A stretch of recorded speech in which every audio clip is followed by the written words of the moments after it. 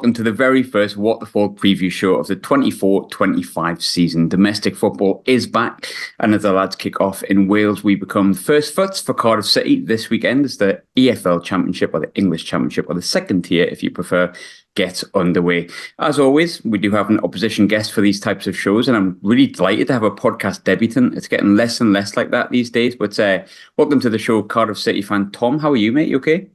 I'm very good, thanks. How are you? Yeah, I'm just weirded out by the fact that we were both in Glasgow and didn't know about it prior to the show. What are the odds of that? Oh, it's wild, isn't it? This might sound like a dig. I promise you it isn't. But Wales weren't involved in the Euros this year, so you've been starved of football probably more than me since May. First question, first game of the season. How excited are you to sort of get back to it? No, for the first time in a good few seasons, I'm actually really looking forward, and I'm quite optimistic about what this season could hold. Probably the first time since we've ended up going down that I actually am excited for the first game of the season. Last year there was a bit of optimism, but the first game was Leeds away, so I wasn't 100% confident, which is a grim way to start the season. But yeah, I don't know. It's strange. Like pre-season's gone quite well. I'm pretty pleased with the business we've done so far, and yeah, I'm actually quite optimistic. And as you say, I didn't really have anyone to support over the summer during the Euros, so yeah, it's been a long time coming. Yeah, I mean, it's even for me, you obviously had the Euros. It does feel like it's been a long, long time since Sunderland and domestic football. And I've got that kind of weird wave of optimism as well. But we'll get into your signings a bit later on because they have been good, which is worrying. But before we get into the eternal optimism that we all have at the start of this point in the season, shall we say, we'll look back at last year a little bit. I'm totally looking at it from just the paper and the games that we played. It was a bit of a meh season for Cardiff by the sense that you finished smack bang in the middle of the table. You did win a South Wales derby. You did bring back Aaron Ramsey. So there was some good things, but now that you've had time to sort of reflect on that last year, how do you look back on the season? I think you've hit the nail on the head, really. It was so strange. It was one of those ones that when things were going well, it felt great and we felt a bit unstoppable.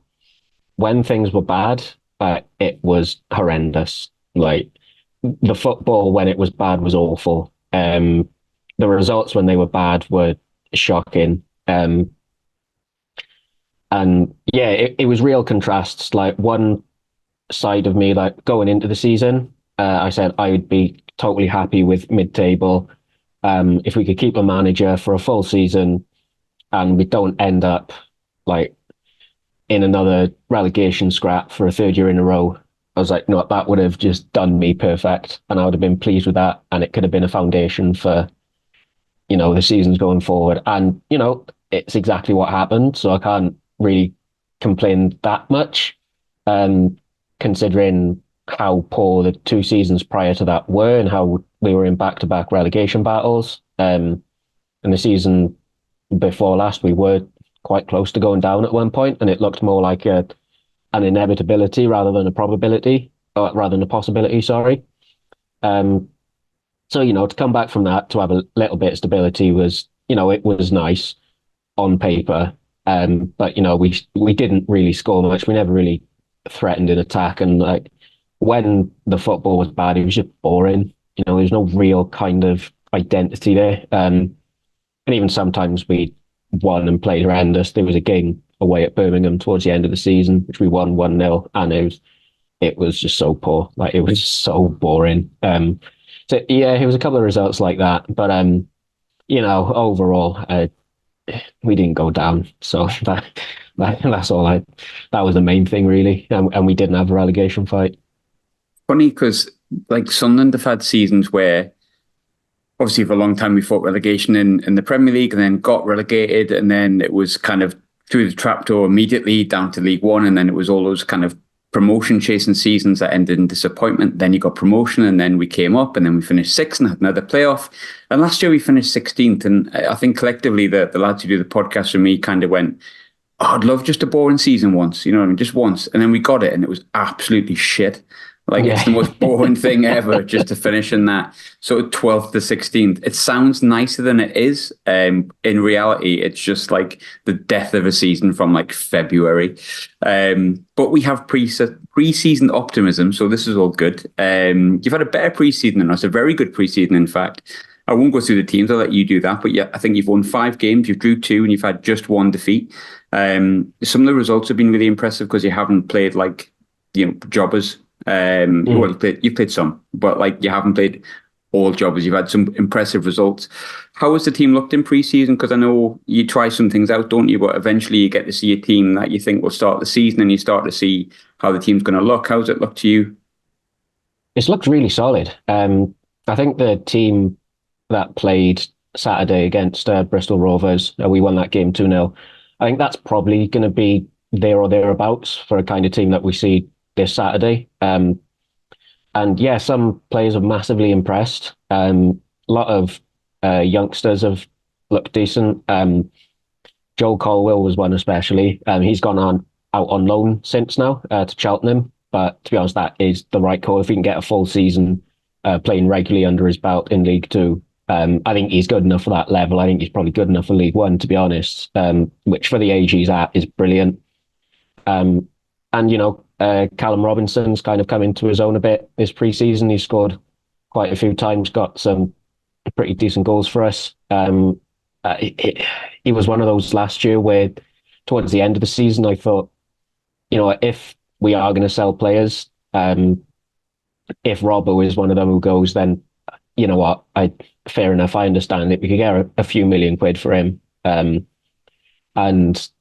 it's not that I didn't like him, just thought it's not really worked out so far. But I was completely wrong. And this pre-season's shown that, and I'm glad I'm wrong because I've always thought there's a player there. And hopefully now he can go to kick on. So yeah, if pre-season's anything to go by, optimistic and like playing teams that we probably wouldn't have before. So like playing against Hertha Berlin where we drew 1-1, beat Hamburg, I want to say.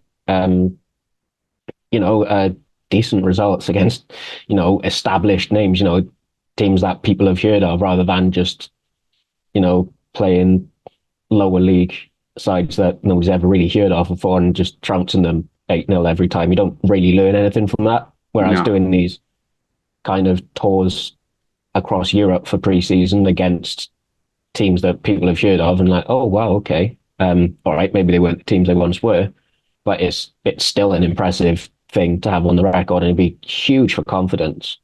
Something to get your teeth into. Like we had Marseille on Saturday and it was 2-2 and there was a large part where you're thinking, oh, it's Marseille. And Yeah. think, it's Hamburg, it's Hertha Berlin. And, you do gain a bit of confidence. I think that the closer it gets to the sort of the new season, you do sort of feel a little bit like that as well. What's quite interesting is you played Bristol Rovers, but you played them in the League Cup in like a week. Which must be a bit of a strange coincidence. I was going to ask which player had stood out, but obviously you mentioned a few there as well. I think I've probably been slightly ignorant in the sense that I've had the Euros and then I've kind of concentrated on Sunderland. I haven't really looked around the league championship until this season too much to see who's been brought in. And I've got to be honest and say that names alone, Cardiff were one of the teams that made me go, all right, okay. I knew you brought in Chris Willock because we were linked to him as well. Anwar El Ghazi, who I think if you don't know the kind of, I'll say quote unquote controversy that surrounded his release from his last club, is a really good player and it's good to see him back in football. You've signed him. Callum Chambers is someone who's been at Villa, Fulham, Arsenal. Maybe he's not what he was when he was younger, but he's still Callum Chambers in the Championship. That's a good signing. You brought in Wilfred Kanga from Hertha Berlin. And you're also on the verge of signing a Man City youngster called Alex Robertson, who I don't know a great deal about, but he plays Man City, so he's got to have something about him. All excellent signings on paper. How impressed have you been with the summer signings? Because it reads really well. Yeah, really impressed. It's a type of signings I think that we needed to make, but maybe they're not necessarily ones we would have made in recent years. Just to kind of have the cojones a bit to go out there and approach teams like City and Villa and, big size, just say, yeah, we want this player, we want this youngster, we want, someone who's in your, maybe not the starting 11, but in the match day squad. They're established at this level. We've seen them do it at this level in the case of El Ghazi, in the case of Chris Willock. Again, exciting names as well. Like Chambers offers something completely different, I think, to our back line. There's a few times in pre-season where balls come to him, and instead of just like trying to hit it long to the wing, or just hit it straight up front, he's controlling it. He's looking for that pass, for those passes to try and play out from the back a little bit, which, that's just, again, going to instill confidence in the rest of our back four that we're good enough to play a system like that. And yeah, it really does feel like that Errol Bullitt, our coach, is kind of making this squad his own now, because he came in during the transfer ban, and I think we did well with a transfer ban. I think we did as well as we probably could have. But I think the calibre in signings, with the exception of Aaron Ramsey from last window compared to this one, the fact that we're not just having to rely on loans, the fact we can actually, negotiate and haggle a little bit, is starting to show the difference. And I'm really, really quite optimistic to see what we can do and how these guys can perform at this level. I think when you look at the signings we made last season, I remember going through it because obviously Aaron Ramsey was a big name signing come in, but it was largely unknown players, some which worked out, some which didn't, but names that I hadn't sort of heard of previously, where the bulk of them I sort of have heard of. And I think another player that came in, David Turnbull from Celtic, I know he hasn't hit the ground running, but obviously he's done really well up at Celtic previously, just fell out of favour. And there's been links to Todd Cantwell as well. I don't know if that's a positive or a negative, but another player that we're aware of that we know on his day can do stuff. So do you feel like there's a necessity to add any more players? Is it a case of anyone who joined now, like a Todd Cantwell, would be a luxury, or is there still positions that you think do need filled? I think we could do with another defender, because there's whispers at the minute that Mark McGuinness could be on his way to Luton. And if we can get a decent fee for him, I wouldn't mind us getting, maybe a solid name defender. I can't really think of any names at the minute, but definitely another centre half, and then maybe a defender in on loan as well. Only because it's a 46 game season. If we're gonna kind of make that next step up compared to last season, I think realistically you're going to need a couple of centre halves in each position that you can rotate if needed. Just with how congested the season is, how busy it is, you can't guarantee everyone's going to stay fit the whole season. If one of Gutas or Chambers is out for a bit, it's a position that's starting to look really thin all of a sudden. So I'd like to see at least one more defender come in. And like I said, Cantwell, I'm not too sure. He's one that divides opinion, to put it lightly. But really good on Instagram, though. He is. He has a strong Instagram game. Strong Instagram game. Fair play to him. In terms of, you talked before about adding sort of strength in numbers and stuff like that, the good thing from the outside looking in is you haven't lost many either. And it's a long old season, as we've got used to the past couple of years, and then in League One a long old season as well. But I think probably the biggest thing is it's Errol Bullitt's second full season in charge, and I think 12th is boring, as we've established, but 12th does indicate that you have made progress from what you had previously when you were. I mean, you beat us 1-0 both seasons, last season and the season before the Stadium of Light. The first season, you looked like a team that did a smash and grab, and it was. There was definitely progress that came within the team last season, and that was Errol Bullitt's first full season in charge. Now he's got his second one, which is rare for managers in the Championship. They normally last about 6 months, or 12 games if you're Michael Beale. Yeah, how was he viewed by the Cardiff City fan base? Because I imagine he's looked on quite well, because he has steadied the ship a bit, and now he's, to the outside looking in with the players that are joining, there's obviously an area of progress there that people are seeing sort of with the football club as well. Yeah, I think so.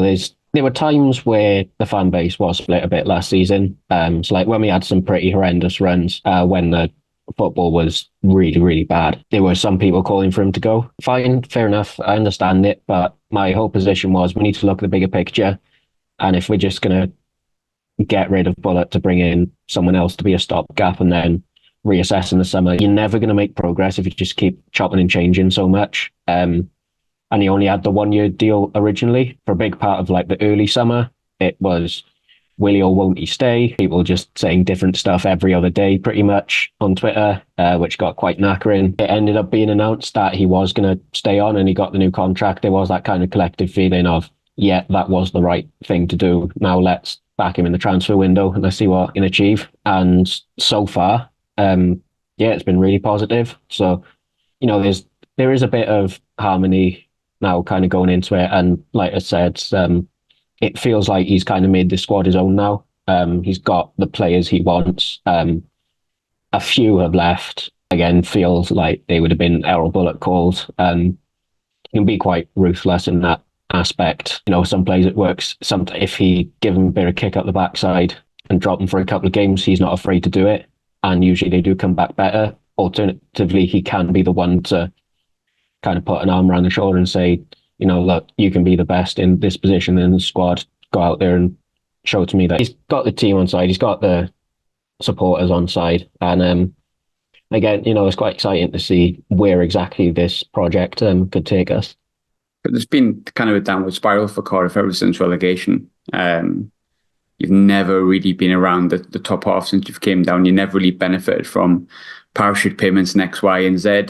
But I think a lot of the reason behind it, again, this is outside looking in, you're one of many clubs where the ownership has got a big question mark over it. It hasn't been as highlighted that much because your shirts haven't changed to red and your badge hasn't changed and he's not even attending the games anymore. What's the current situation with, I'm guessing it's still Vincent Tan and his consortium. I know that's another podcast on itself, but is he largely keeping out of it now and largely allowing sort of Bullet and the people that are within Cardiff's sort of city running what it's essentially should be a football club that runs without too much interference? I mean, I think so. It's just he's so,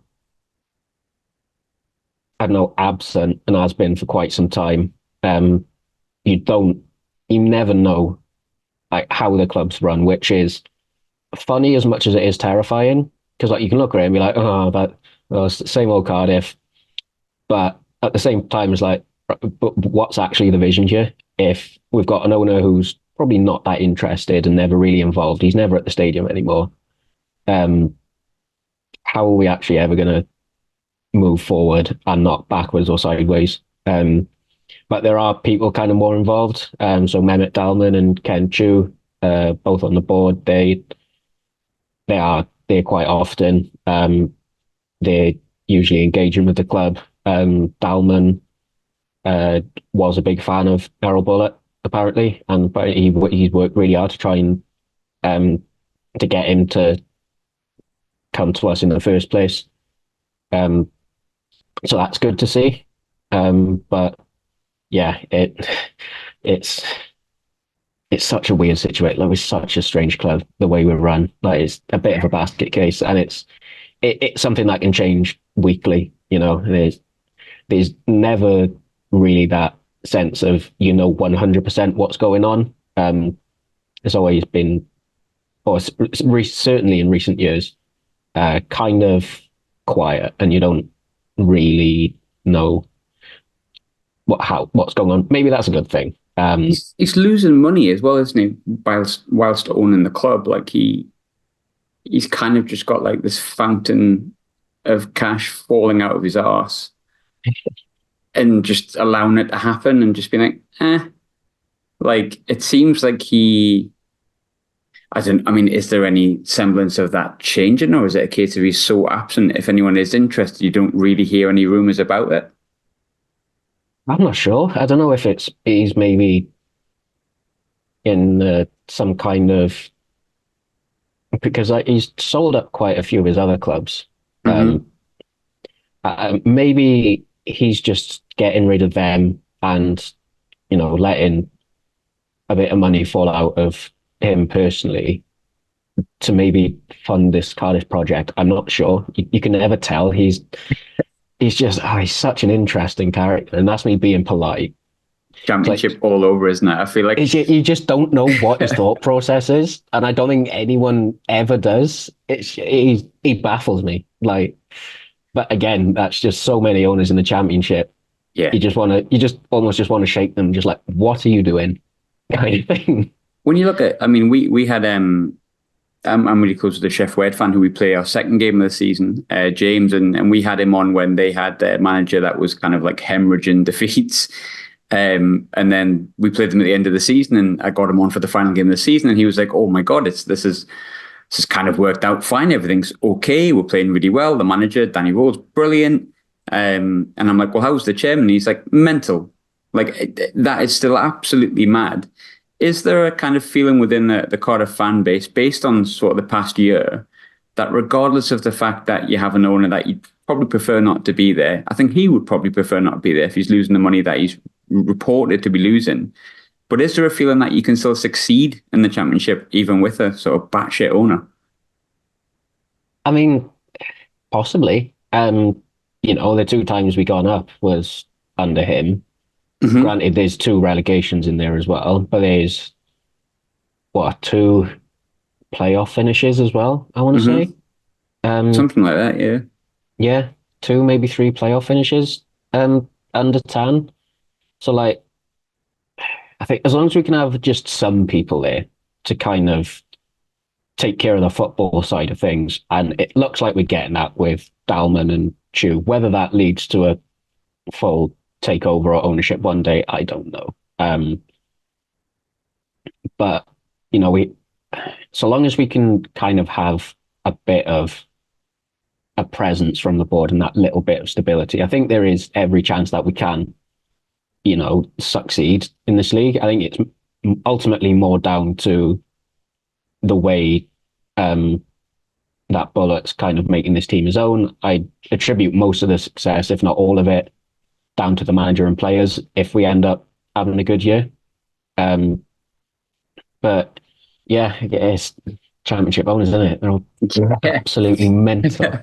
I think you kind of prefer that stability in a way, but essentially, I think maybe the beauty and also maybe the stupidity of football is that if the team's performing well on the pitch and you're doing well enough and you like the players, you kind of almost sometimes forget about the problems further up, which is, I don't think it's a good thing, but you're kind of there just to see your team win and get 3 points essentially most of the time. And that interestingly brings me on to Sunderland, which is again some Marmite with Sunderland's sort of fan base. Sorry, with our ownership, we went from sixth in our first season to 16th last season because of a really disastrous end to the season. Sacked Tony Mowbray, bring in Michael Beale. The rest's history. Mike Dodds takes over. But from that period from Dodds taking charge to the end of the season was largely absolutely grim. But there was one particularly good day, which for some reason happened on an Easter Monday at Cardiff, where we played really, really well, 2-0 up in 20 minutes. And we thought, oh, hang on, we might have turned a corner towards the end of the season. This could be a nice end of the season. It wasn't. But from the outside looking in, you've probably seen, especially in the home games, the 2-1-0 wins where you've kind of smash and grabbed it. The Tony Mowbray Sunderland that was sort of free flowing but didn't quite have a striker, to last season's 2-0 win probably didn't represent the way we played but showed how we could play. What have you made of Sunderland in the games that you've had against us? And which players have stood out when you've watched us play against you? Um, yeah, it's always whenever we play you guys, we go to the Stadium of Light, and I fully expect us to lose just because it's the Stadium of Light. And for some reason, I've got it in my head that we're not going to play well there, even though history says otherwise. My mind's telling me, oh, this is going to be really hard and it's not going to go well at all.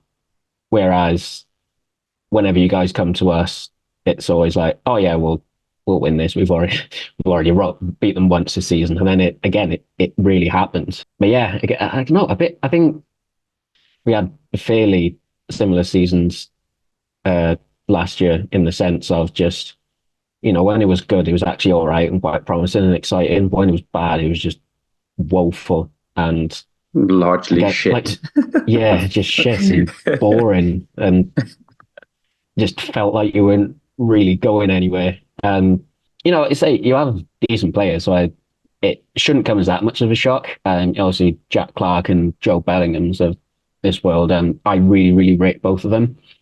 And I think if you can keep on to them, especially if you can keep on to Jack Clark, that'll be huge. So yeah, again, it's always weird. The Sunderland's always quite a hard one to predict, I think, and because we never know which Sunderland will turn up, and we'll never know which Cardiff turn up, and it's almost kind of like that. Looking at like the last 4 games since we've been promoted, we'll kind of ignore the ones before that when we lost at home and got beat 4-0 away and Didier and Don got sent off live on the telly and never played for us ever again. Wild. That was insane. We've won 2-0 at Cardiff, 1-0 at Cardiff, both on like the Easter period, 10th of April, 29th of March last year. And then looking at our, like I say, our home games, we've lost 1-0 twice. And from memory, we battered you in both home games, played largely quite well away, and sort of took a 1-0 win. So it's a bit of an odd one. I'm more pleased that we're actually playing you away. Takes the pressure off a little bit, sort of moving forward. There is one question I'm going to have to ask, and I hate doing this. I don't know why I keep doing it, because I never get them right. I think I got 4 right last year, predictions. Final question would be, prediction for Saturday. I'm fully expecting you to predict a Cardiff win. It's the start of the season. I'm expecting this. But what's your prediction for Cardiff this season, and also Sunderland's league position come May? Good questions. So for Saturday, I do think we'll win. I just think, with how pre-season's gone, with the bodies we've managed to get through, if Robertson can sign in time as well, I think that would be a huge bonus for us. But even if he can't be in the squad, I do think we got enough personally. And I think that could be the story this season. I'll admit it, I'm being totally deluded. I'm letting the excitement fully engulf me. But it's such, again, a weird league where that any of the teams probably from 5th to 15th could finish anywhere, and you wouldn't be surprised. The Championship in a nutshell, but especially this year as well. I don't think, apart from about 4 teams, there's nobody in my mind who I think are completely running away with it, or even nailed on for playoffs either. I think it just could be another one of those strange seasons. I'm listening to the heart and not the head. I'm going to say I think we could finish 6th this year. And get a playoff spot. I think the team's good enough. It's just a matter of whether we can pull it all together and if everyone stays fit. Those are like the 2 kind of main things, which will either make or break us. We'll either finish 6th or like 15th. Like there's no wait telling. Until we meet again on 8th of March. And I'm like in a mid-table clash between 12th place Sunderland and 9th place Cardiff City. Is the playoff dream over for both teams? At 10 points behind Bristol City. How do you see? I'd never normally ask this, and you're expert on it in the same way I'm no expert on Cardiff City. But where do you see Sunderland finishing? I know everyone's doing these kind of like the table positions and stuff like that. I've predicted us to finish 8th, and that's maybe a sensible prediction from my perspective. But I'm curious as to how it looks from the outside looking in. I think I've got you guys around the same. I did one the other day. I want to say I had Sunderland 10th. Yeah. I want to say, because I think the big thing, it's like looking at us start of last season. If, you can get that stability. Obviously, you had a couple of different managers last season. Great. And, there was a bit of that free fall that you mentioned. I think if you can keep on to your players, and just have that bit of stability.